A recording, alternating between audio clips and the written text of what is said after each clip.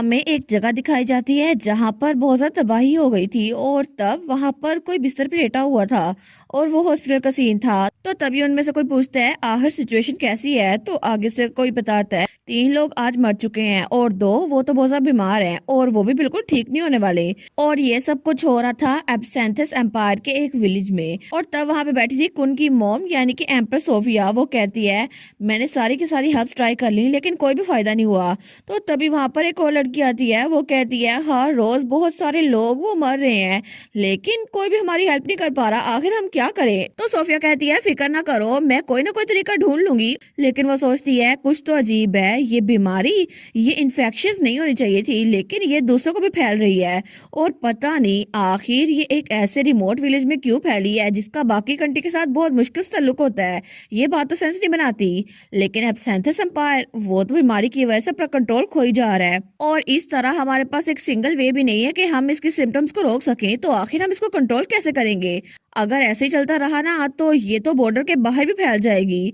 और तब दूसरी तरफ हमें एब्सेंथस पैलेस दिखा जाता है। तो तभी कोई कहता है योर हाइनेस आपको थोड़ी सी नींद ले लेनी चाहिए। और वहां पे हमारा कौन बैठा हुआ था, वो कहता है मैं अगर अभी सो गया ना तो फिर भी मुझे नींद नहीं आएगी, तो आखिर से अच्छा मैं काम क्यों ना कर लूं।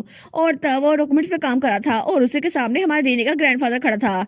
वो कहता है प्लीज अपने फ्यूचर का सोचे, अगर आप अपने आप को ऐसे थकाते रहे ना तो जब हमें आपकी जरूरत पड़ेगी तब आप हमारे काम नहीं आ पाएंगे। और तब वो कहता है कि आप अपने एकेडमी के दोस्तों के साथ टच में हैं, अगर आपके दोस्तों को पता चल गया ना कि आप अपने आप को कितना ज्यादा थका रहे हैं तो वो फिक्रमंद हो जाएंगे।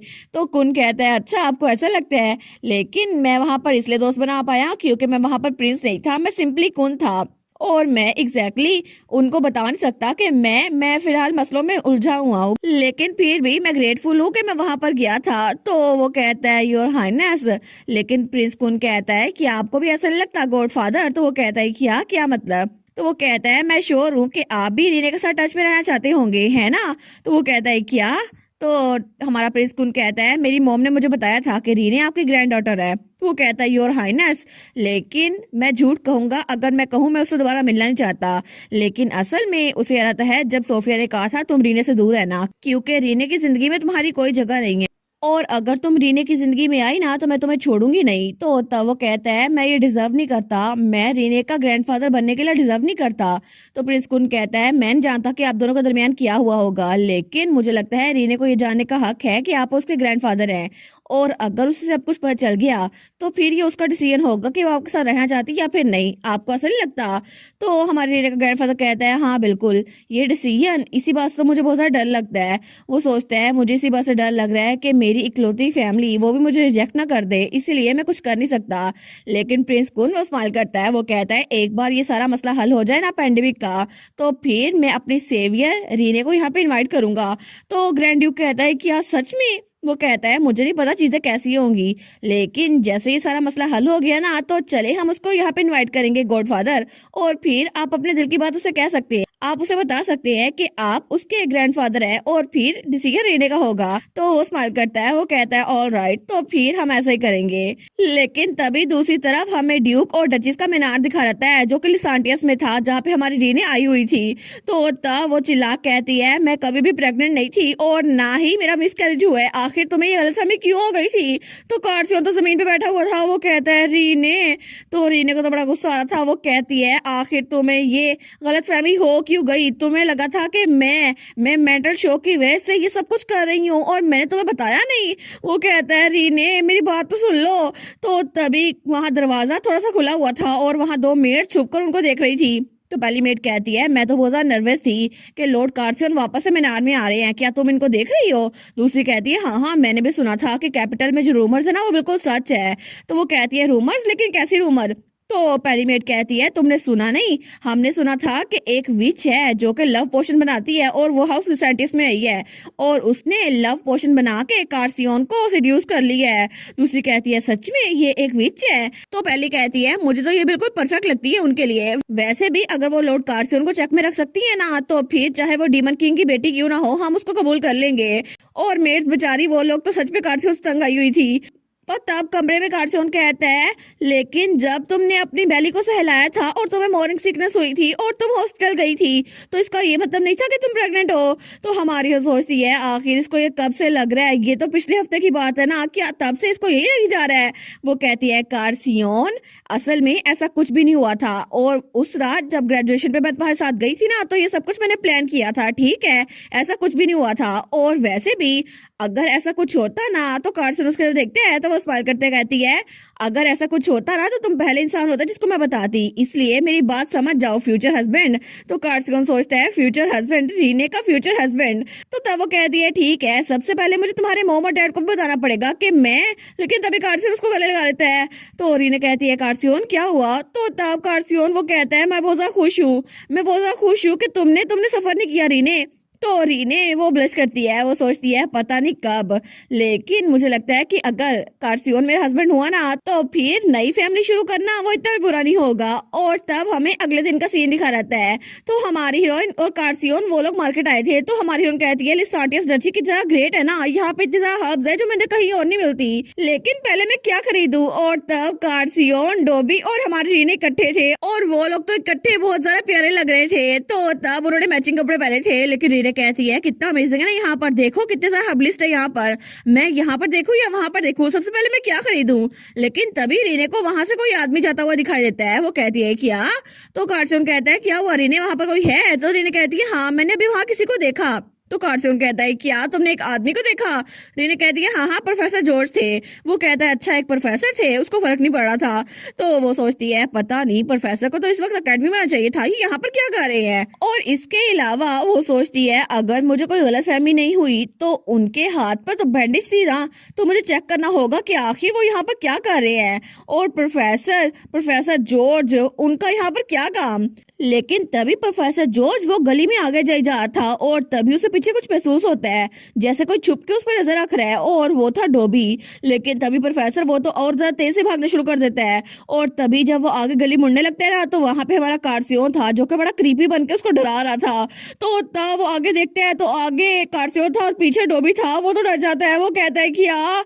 लेकिन तभी रीने आती है, वो कहती है, एक मिनट रुको प्रोफेसर जॉर्ज, ये मैं हूँ रीने।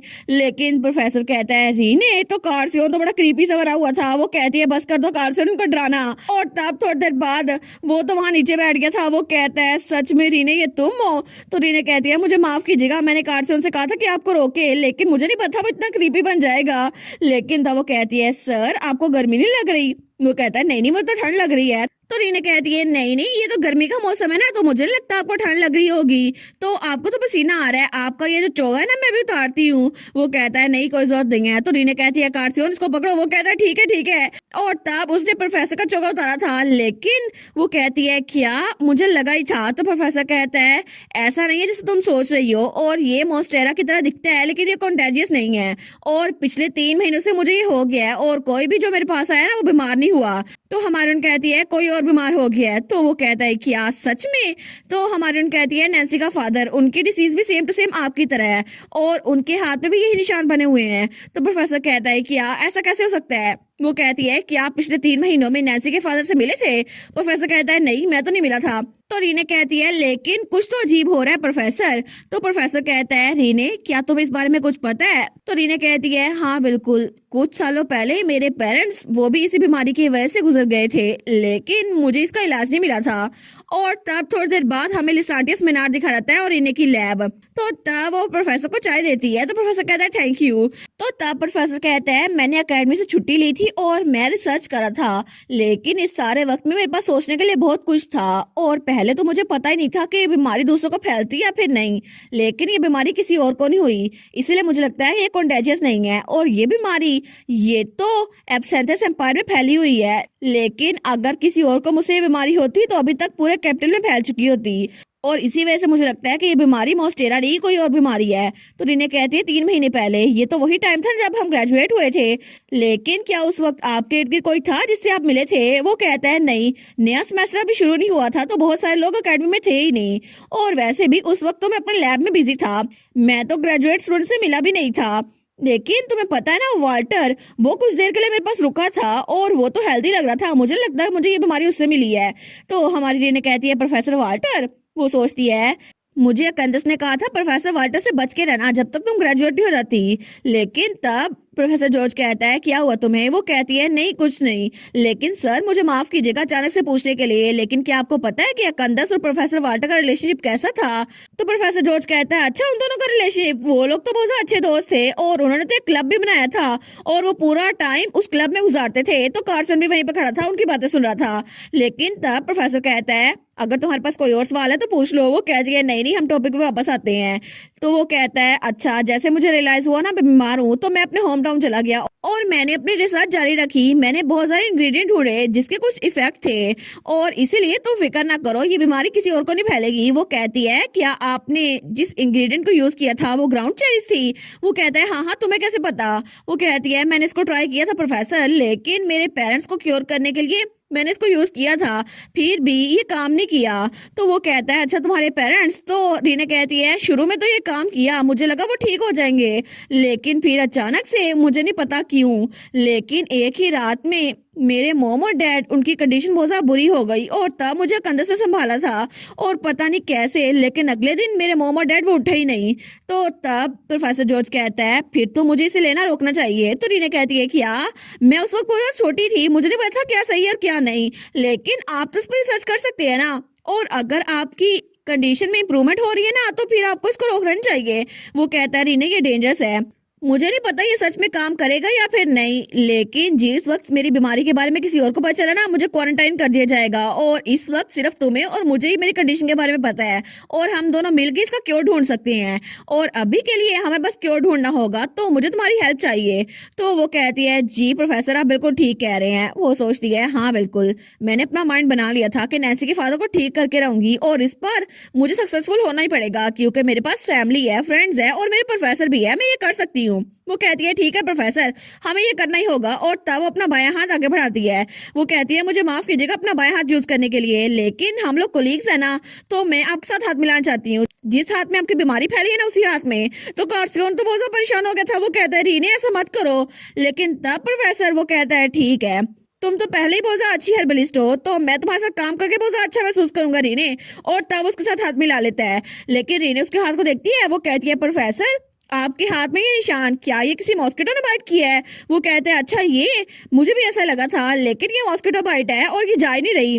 तो वो कहती है आपको किसी मच्छर ने काटा था, लेकिन कब काटा था? तो प्रोफेसर कहता है पता नहीं बहुत देर पहले था, मुझे ध्यान नहीं रहा।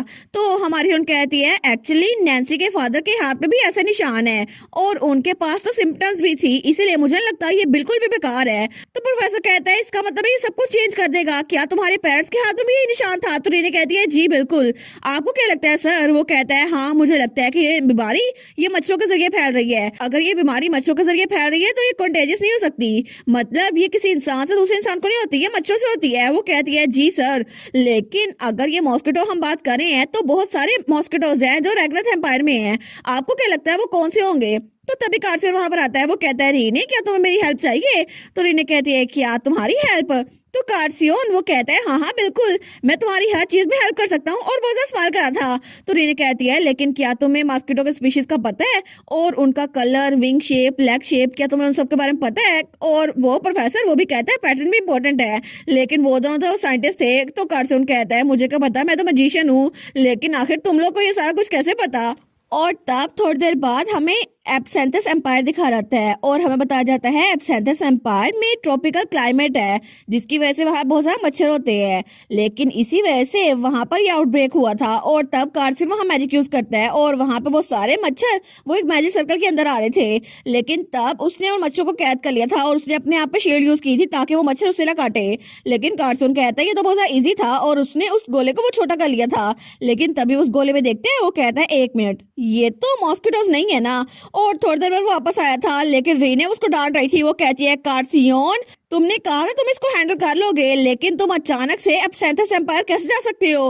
अगर तुम मैजिक में अच्छे ना होते तो तुम इन्फेक्टेड भी हो सकते थे। तो कार्सियन नीचे झुका हुआ था, वो कहता है मुझे माफ कर दो ना रीने, और उसके साथ ही वो छोटा सा ग्लोब भी था जिसके अंदर मच्छर थे। तो तब प्रोफेसर सोचता है सच में रूमर सच थी, रीने ने सच में कार्सियन को कंट्रोल किया हुआ है, मैं तो इम्प्रेस हूँ रीने, तुम तो सच में हर्बलिज्म डिपार्टमेंट की ब्राइटेस्ट स्टार हो। लेकिन रीने तो कार्सियन को डांटी जा रही थी, वो कहती है दोबारा ऐसा कुछ मत करना, क्या तुम मेरी बात सुन रहे हो? हो? तो कार्सन कहता है हाँ हाँ ठीक है। तो प्रोफेसर कहता है मैं समझ सकता हूँ कि तुम इसके बारे में फिक्रमंद हो रही हो, लेकिन उसको माफ कर दो। वैसे भी उसकी वजह से हमें सैंपल मिल गया है और इसकी वजह से हम रिसर्च कर सकते हैं। तो रीने उस सैंपल को देखती है, वो कहती है हाँ ये बात सच तो है, क्योंकि ये असल में मॉस्किटोज नहीं है, ये तो मॉन्स्टर्स हैं जो कि मॉस्किटो की फॉर्म में हैं। और तब वो बताती है मॉन्स्टर्स वो तो माना से बने होते हैं और ये तो सेम टू सेम एनिमल्स की तरह लगते हैं, लेकिन वो असल में एनिमल होते नहीं है। तो कार्सन भी कहता है और इसका माना स्ट्रक्चर ये तो मैन मेड लगता है किसी ने खुद इसको आर्टिफिशियली बनाया है। तो प्रोफेसर कहता है तुम कह रहे हो कि कोई मॉन्स्टर्स को बना रहा है ताकि बीमारियां फैला सके, ताकि लोग मर सकें, लेकिन ये तो बहुत ज्यादा डेंजरस आइडिया है। फिर भी ये पॉसिबिलिटी हम इसको इग्नोर नहीं कर सकते। लेकिन वैसे भी दोनों एम्पायर में बहुत कम लोग हैं जो मिलकर मॉन्स्टर्स बना सकते हैं, तो इसीलिए कल्प्रिट को पकड़ना आसान होगा। तो रीने कहती है आई विश ये ट्रू हो, क्योंकि जैसे जैसे टाइम गुजरता जाएगा ना बहुत सारे लोगों को सफर करना पड़ेगा, इसलिए अगर हम कल्प्रिट को पहले पकड़ लें तो इजी रहेगा। तो प्रोफेसर कहता है अच्छा अगर ऐसी बात है तो हम लोग प्रोफेसर वाल्टर से क्यों नहीं पूछते? तो रीने कहती है प्रोफेसर वाल्टर से? तो प्रोफेसर जॉर्ज कहता है उसने स्वॉर्डमैनशिप में स्पेशलाइजेशन की हुई है, लेकिन उसको मॉस्किटोज के बारे में हमसे जरा पता है, और वैसे भी उसी ने तो मॉस्किटो टॉर्चर क्लब बनाया था। तो रीने कहती है क्या इसका मतलब है? वो सोचती है अकंदस ने और प्रोफेसर वाल्टर ने मिलकर जो क्लब बनाया था वो मॉस्किटो टॉर्चर क्लब था। तो रीने कहती है ठीक है, तो इसका मतलब है हमें सबसे पहले प्रोफेसर वाल्टर को ढूंढना होगा और उनसे पूछना होगा। लेकिन रीने सोचती है क्या अकंदस इसी वजह से प्रोफेसर वाल्टर से मुझे सावधान होने को कह रहा था, क्योंकि उसे फिक्र थी कि ऐसा कुछ हो जाएगा, लेकिन उसने मुझे वार्निंग बहुत सालों पहले दी थी, तो आखिर अचानक से ये सब कुछ क्यों हो गया? तो तब वो कार्सियन की तरफ देखती है, तो कार्सियन कहता है रीने क्या तुम चाहती हो कि प्रोफेसर वाल्टर को मैं यहाँ पर ले आऊं?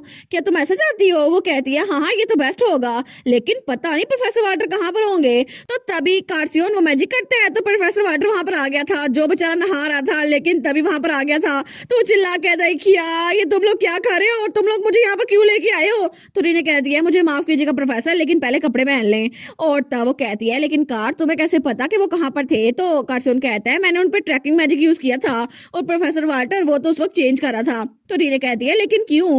वो कहता है असल में मैंने पहले तुम्हारी अकंदस के साथ बात सुन ली थी, जब उसने कहा था ना तुम्हें प्रोफेसर वाल्टर से बच के रहना चाहिए, तो इसीलिए मैंने उस वक्त उस पे ट्रैकिंग मैजिक यूज किया था। तो रीने कहती है वो तो फ्रेशमैन ईयर में था ना, मतलब उस बात को तो 4 साल गुजर चुके हैं। तो वो कहता है हाँ मुझे माफ कर दो, मैं इसको रिमूव करना भूल गया। तो रीने सोचती है लगता है कि ये बहुत ज्यादा फिक्रमंद हो रहा था मेरे लिए, लेकिन इसको इस बात की भी टेंशन थी कि मैं इस पे गुस्सा हो जाऊंगी। वो कहती है ठीक है हमने पहले इस बारे में बात की है ना, और वैसे भी मैं अब तुम पे गुस्सा नहीं होगी, और इस बात ने तो हमारी हेल्प की है ना, और वैसे भी कार्सियन तो फ्यूचर में तो मेरी बात माना करोगे ना? वो कहता है हाँ हाँ बिल्कुल रीने। तो तब उसका हाथ पकड़ने लगती है, वो कहती है क्या सच में तुम मेरी बात मानोगे? तो वो कहता है हाँ बिल्कुल रीने, और वो तो बिल्कुल रेड हो गया था। लेकिन तभी उनके दरमियान प्रोफेसर जॉर्ज आता है, वो कहता है बच्चों ये सब कुछ बाद में कर लेना, पहले ये तो बताओ इसके कपड़े कहाँ पर है? और वो तो रीने के लार्जेस्ट हर्ब पहन के बैठा हुआ था क्योंकि उसके पास कपड़े नहीं थे। तो रीने कहती है मुझे माफ कीजिएगा, हम अभी आपके लिए कमरा तैयार करते हैं ताकि हम रेस्ट कर सके। वो कहता है ठीक है, और तुम दोनों अपनी डेट बाद में एंजॉय कर लेना, पहले दुनिया को बचाते हैं।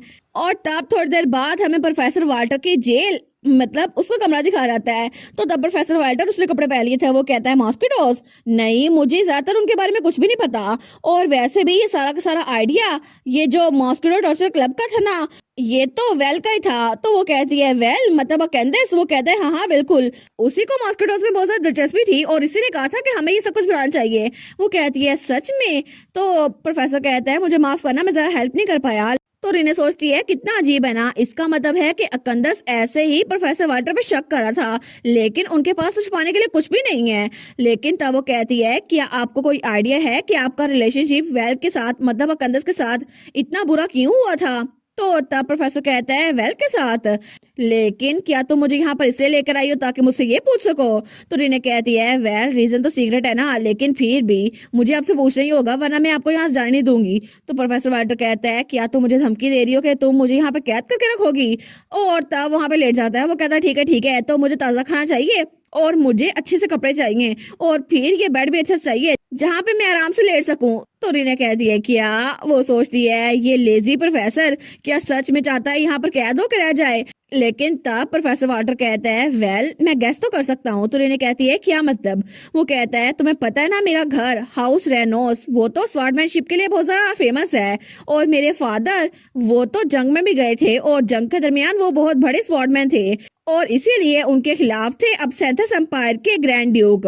तो रीना कहती है अच्छा वो, और वो तो रीना के ग्रैंडफादर थे। वो कहता है मैंने इस बारे में सोचा था, लेकिन शायद वो मेरी फैमिली की वजह से वहां पर आना रुका था। तो रीना कहती है आपकी फैमिली की वजह से? तो प्रोफेसर वाटर कहता है हाँ, एक कंट्री का हीरो दूसरी कंट्री का मर्डरर है और इसीलिए कोई भी उनको पसंद नहीं करता। इसीलिए मेरे फादर वो तो रैग्नथ एम्पायर के हीरो थे, लेकिन अब्सेंथस एम्पायर के वो विलन थे। इसीलिए शायद वो भी अब्सेंथस एम्पायर से आया था ना, इसीलिए उसको ये पसंद नहीं था कि मेरे फादर उससे वो मिला है, तो शायद इसीलिए उसने मुझसे दोस्ती खत्म कर दी। तो रीना कहती है मुझे कोई आइडिया नहीं था, लेकिन वो कहता है वेल ये सिर्फ मेरा गैस है, ये गलत भी हो सकता है, लेकिन फिर भी अकेडमी रूल के हिसाब से मैंने अपनी फैमिली का नाम छुपा के रखा हुआ था। और वेल के आते ही मुझे लगा शायद मुझे कोई दोस्त मिल गया है, इसलिए मैं बहुत ज्यादा खुश था। और तब उसने बताया था उसे खून से डर लगता है, उसे हेमोफोबिया है। लेकिन मैंने उसे कहा था तुम्हें सच में हेमोफोबिया है, फिर तो तुम्हें मॉस्किटोज को मारना चाहिए और हम लोग एक क्लब बनाते हैं, ठीक है? लेकिन उसने कहा था अच्छा किस तरह का क्लब? तो मैंने कहा था तुम मॉस्किटो को टॉर्चर करो और उसका जो थोड़ा सा ब्लड होता है ना, तुम्हें वो देखकर ब्लड से डर लगना बंद हो जाएगा। लेकिन उसने कहा था कितना बेवकूफ प्लान है ना। और तब सारे के सारे मच्छर उनके पीछे पड़ गए थे, तो तब वो दोनों आगे भाग रहे थे, लेकिन तभी उनकी दोस्ती हो गई थी। और उसके बाद से उन्होंने एक दूसरे को अपने क्रशेस के बारे में बताना शुरू कर दिया और एक दूसरे को अपनी हर एक बात बताते थे। लेकिन तभी वो उसको अपने घर लेकर आया था। वो कहता है तुम्हें पता है कल पूरी रात मैं जागकर एक प्रोजेक्ट पे काम करता रहा, लेकिन क्या तुम पूछोगे नहीं? तो कंदस कहता है लेकिन क्या वो तुम्हारी कोई डम बुक तो नहीं है? वो कहता है नहीं नहीं, बड़ा मजा आया था, जरा आगे तो आओ। लेकिन जैसे वो दरवाजा खोलते ना, तो आगे उसका फादर खड़ा था। वो कहता है तुम आगे वाटर? वो कहता है फादर मुझे नहीं पता आप यहाँ पर है। लेकिन तभी कंदस वो आगे तो वो कहता है हेलो मैं वाल्टर का दोस्त हूँ। लेकिन जैसे ही वो उसके फादर को देखते हैं ना, तो वो बिल्कुल पास हो गया था, क्योंकि वाल्टर का फादर वो तो बिल्कुल सीरियस होकर वहां पर खड़ा हुआ था। लेकिन तभी कंदस उसको जैसे कुछ एहसास होता है, वो बिल्कुल खामोश हो गया था। तो प्रोफेसर वाल्टर कहता है वेलमन तुम्हें क्या हुआ? और प्रोफेसर वाल्टर उसका गैस बिल्कुल ठीक था कि असल में वो उसकी फैमिली की वजह से वहां आना बंद हुआ था। लेकिन तभी कंदस वो तो बिल्कुल फ्रीज हो गया था, वो जैसे शौक की वजह से वहां पे हिल ही नहीं पा रहा था। लेकिन असल में कंदस यानी कि वेलमन उसका एक डार्क पास्ट था, जिसके बारे में ना तो रीने का पता था और ना ही प्रोफेसर वाल्टर को। लेकिन वो डार्क पास्ट उसी की वजह से ये सब कुछ हुआ था। और तब हमें बताया जाता है वेलमन वो एक ऐसा लड़का था जो कि बहुत ज्यादा माना के साथ पैदा हुआ था। और रैग्नथ एम्पायर में जहाँ मैजिक बहुत ज्यादा होता है ना, वो असल में उसको तो अल्केमी का शौक था और उसके पेरेंट्स बहुत ज्यादा अच्छे थे और इसी तरह उसके पेरेंट्स ने भी उसको सपोर्ट किया था। लेकिन उन लोगों ने डिसाइड किया कि वो अब्सेंथस एम्पायर जाएंगे जहाँ पर बहुत ज्यादा हर्बलिस्ट होते हैं।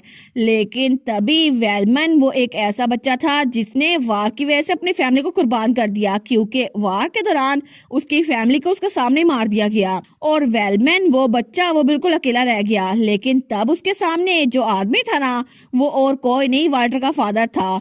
और वाल्टर का फादर वो तो एब्सेंथस एम्पायर किया था, लेकिन उसने और उसकी आर्मी ने हर एक इंसान को मार दिया जो कि रास्ते में आता था। लेकिन इतने सालों बाद जब उसने अपने पेरेंट्स के कातिल को वहां देखा, तो वो बिल्कुल शॉक हो गया था। लेकिन तब वाल्टर का फादर जो कि रैग्नथ एम्पायर का हीरो था, वो असल में वेलमन के लिए एक विलन से कम नहीं था। लेकिन तभी वो थोड़ा कोल्ड होते हुए कहता है एक्सक्यूज मी, मुझे अभी याद आया, मुझे कुछ अर्जेंट करना था, और तब वहां से भाग जाता है। तो वाल्टर कहता है क्या हुआ वेलमन, तुम यहाँ से कहाँ जा रहे हो? लेकिन वो तो शॉक हो गया था, वो सोचता है पता नहीं इसको क्या हुआ है, शायद कोई काम होगा।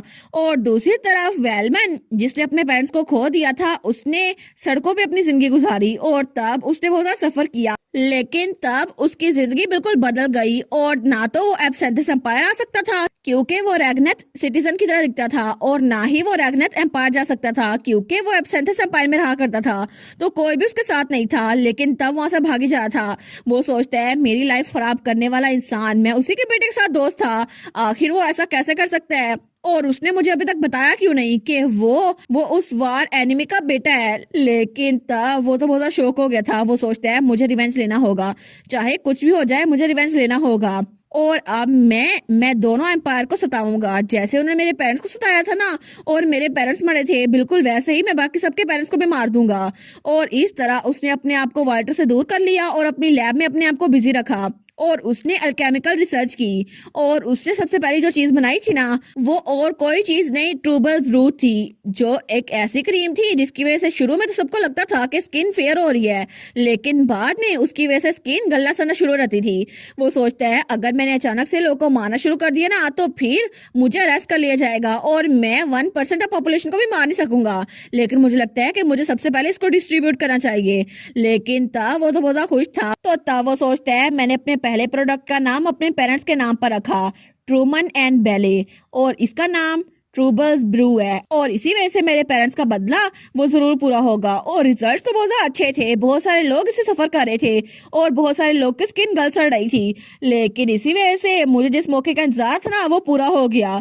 और तब तो वो बहुत ज्यादा खुश था, लेकिन उसकी खुशी बहुत जल्दी खत्म हो गई क्योंकि न्यूज़पेपर में ये खबर बहुत जल्दी छप गई थी कि एक हर्बलिस्ट ने इसका एंटीडोट बना दिया है और इस तरह वो पैनिक वो जल्दी खत्म हो गया। तो वो कहता है कि एक हर्बलिस्ट, लेकिन फर्क नहीं पड़ता, मेरा अगला एक्सपेरिमेंट वो जल्दी खत्म होने वाला है। और वहां पे वो मॉस्किटोस थे, लेकिन वो सोचता है मुझे सबसे पहले इसको ह्यूमन ट्रायल करना होगा क्योंकि मुझे जरा टेंशन नहीं खींचनी। लेकिन तभी वो सोचता है अच्छा तो मैं सबसे पहले इसके सैंपल के तौर पर किसको यूज करूं, मुझे सबसे पहले इसके लिए किसको यूज करना चाहिए। अरे हाँ, मुझे एक बहुत ज्यादा अच्छा सब्जेक्ट मिला है। और तब दूसरी तरफ हमें रीने दिखाई जाती है जो बहुत ज्यादा छोटी थी, तो तब वो उस घर में पहुंचा था। तो वो सोचता है मैं क्यों ना उसी हर्बलिस्ट को यूज करूं जो मेरे रास्ते में आई थी, जिसने इसका एंटीडोट ढूंढा था। और तब रीने वो बिल्कुल छोटी सी थी, वो कहती है मॉम हमारा एक विजिटर आया है। लेकिन इस तरह वेलमैन जिसने अपनी फैमिली को खो दिया था और उसने अपने बहुत ज्यादा करीबी दोस्त को भी खो दिया था, आखिर में उसके पास कोई वजह नहीं बची थी, उसने अपना दिल बिल्कुल बंद कर लिया था और वो रीने का प्राइवेट ट्यूटर बनकर वहां पर रह रहा था। लेकिन वो सीक्रेट में एक्सपेरिमेंट भी किया करता था। लेकिन एक दिन रीने उसके पास आई, उसने कहा अकेंडस आखिर तुम इसकी जगह किंग क्लोवर क्यों नहीं यूज करते। वो कहता है क्या क्या चीज, तो वो कहती है किंग क्लोवर, तुम्हें पता नहीं है किंग क्लोवर, अगर तुम इसको यूज करोगे ना तो फिर वो बहुत हेल्पफुल होगा। और रीने वो बहुत टैलेंटेड बच्ची थी और रीने को देखकर अकंदस को अपना बचपन याद आ गया था और इसी वजह से वो सोच रहा था कि वो रीने को मारेगा नहीं। वो सोचता है मुझे यहाँ से चले जाना चाहिए, मैं पहले ही इस बच्चे के पेरेंट्स को रिसर्च के तौर पर यूज कर चुका हूँ, तो जैसे वो मर जाएंगे ना तब तो मुझे यहाँ से निकलना ही है, तो मुझे अभी यहाँ से निकल जाना चाहिए। तो अपना सामान पैक करा था, लेकिन तभी वहां पर कोई कहता है अकंदस तुम कहाँ पे जा रहे हो। तो अकंदस कहता है क्या, तो वहां पे रीने खड़ी हुई थी जिसके हाथ में उसका टेडी बेयर था। तो रीने कहती है क्या तुम सच में जा रहे हो, क्या तुम अपनी फैमिली की तरफ वापस जा रहे हो। लेकिन अकंदस वो कहता है नहीं, मेरी कोई फैमिली नहीं है और मेरे पास लौटने के लिए कोई जगह नहीं है। तो रीने वो कहती है अच्छा तो फिर तुम मेरी फैमिली क्यों नहीं बन जाते। वो कहती है अगर तुम इतने सैड फेसेस बनाओगे ना और तुम इतने सैड रहोगे तो फिर तुम कहीं भी वापस नहीं जा सकते, और तुम कभी मुझे बताते नहीं हो लेकिन तुम भी सैड हो जाते हो, तो क्या तुम मेरी फैमिली नहीं बन सकते, प्लीज मत जाओ ना कंदस। तो कंदस वो कहता है इधर आओ रीने, मैं बिल्कुल नहीं यहाँ से जाऊंगा। और तब रीने वो बहुत ज्यादा छोटी थी और वो हिचकिचा रही थी, लेकिन वो सोचता है ये बच्ची ये सेम टू सेम मेरी तरह है, जैसे बचपन में मैं था ना ये भी मेरी तरह है और मैं इस बच्ची को अपने साथ रखूंगा। लेकिन तभी रीने वो थोड़ी सी बड़ी हुई थी, तो तब उसने अपने पेरेंट्स का इलाज ढूंढ लिया था। वो कहती है अकंदस मैंने एक नई मेडिसिन बनाई है और ये ग्राउंड चेरी से बनी है, इसकी वजह से पेरेंट्स की डिसीज वो खत्म हो सकती है। तो वो सोचता है नहीं रीने, तुम्हें इससे अपने पेरेंट्स को बचाना नहीं चाहिए, अगर तुम्हारे पेरेंट्स बच गए ना तो फिर तुम मेरी जैसी नहीं बन सकती। वो दिल में सोचता है तुम्हें मेरे जैसे बनना होगा, चाहे कुछ भी हो जाए तुम्हें मेरे जैसे बनना होगा, क्योंकि रीने तुम्हारे पेरेंट्स भी तुम्हें बहुत ज्यादा पसंद करते हैं, लेकिन तुम्हें अपने पेरेंट्स को खोना होगा और एक बार तुमने अपने पेरेंट्स को खो दिया ना तो फिर तुम्हारी जिंदगी में भी नाउमीदी फैल जाएगी और तुम मेरे साथ चलोगी। तो तभी उसने उसने ये काम किया था कि उसके पेरेंट्स की जो डिसीज थी ना उससे मिलता जुलता एक जहर लिया था और रीने के पेरेंट्स को पिला दिया था। उसने कहा था इसको ट्राई करे, रीने ने आपके लिए बनाया है, लेकिन उसके पेरेंट्स ने बिना सोचे समझे ये पी लिया और तब अकंदस उसने अपने हाथों से रीने के पेरेंट्स को मार दिया। वो कहता है हाँ बिल्कुल, क्योंकि असल में मैं यही हूँ और रीने तुम्हें मेरे साथ रहना होगा क्योंकि तुम मुझे मेरी याद दिलाती हो। और तब रीने वहां अपने टेडी बियर के साथ जमीन पे सोई हुई थी ताकि उसके पेरेंट्स को कुछ ना हो, लेकिन तब वो भी उसके पास सो रहता है। वो सोचता है बिल्कुल मैं तुम्हारी फैमिली बनूंगा रीने, लेकिन मैंने तुम्हारे पेरेंट्स को मार दिया उसी पॉइजन के साथ और उसके बाद फिर भी रीने तुम मेरे पास नहीं रही, तुम अपनी आंटी के पास चली गई। लेकिन कोई बात नहीं, मेरा इंतजार करो रीने, क्योंकि मेरा रिवेंज वो अभी जारी है, लेकिन एक ना एक दिन तुम मेरी फैमिली बनी जाओगी और मेरी प्यारी रीने एक ना एक दिन तुम्हें लौट के मेरे पास आना पड़ेगा क्योंकि तुम मेरी इकलौती फैमिली हो, तुमने खुद ही कहा था। ओहो यार, एक तो सारे के सारे ऑब्सेसिव साइकोपैथ हमारे रीने को ही मिलते हैं। इसने इस बदतमीज ने रीने के पेरेंट्स को मार दिया और रीने बेचारी वो शुरू से यही समझती आ रही है कि ये बहुत ज्यादा अच्छा इंसान है, लेकिन रीने को क्या पता कि इसकी असलियत है क्या।